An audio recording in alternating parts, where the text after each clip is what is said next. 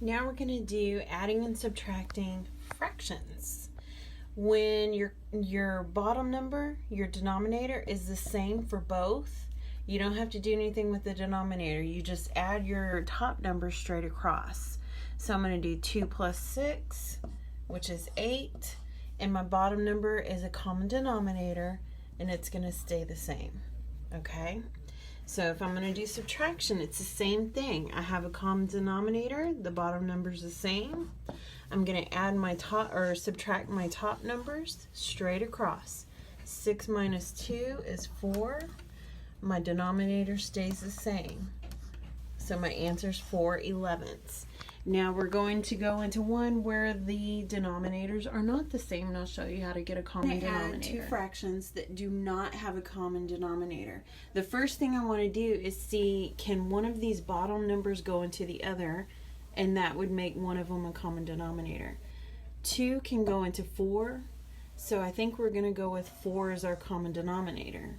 So we're going to leave this 3/4. Okay.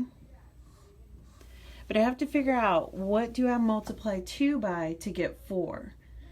And I have to multiply 2 by 2. So I'm going to write over here. And then this is times 2. But what I do to the bottom, I also have to do to the top. Times 2.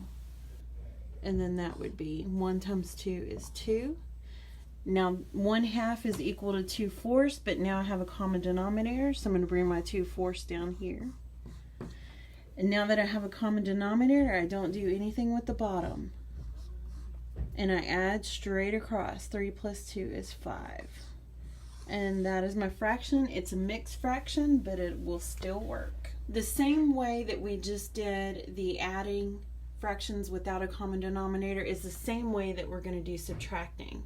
I want to see, can one of these go into the other?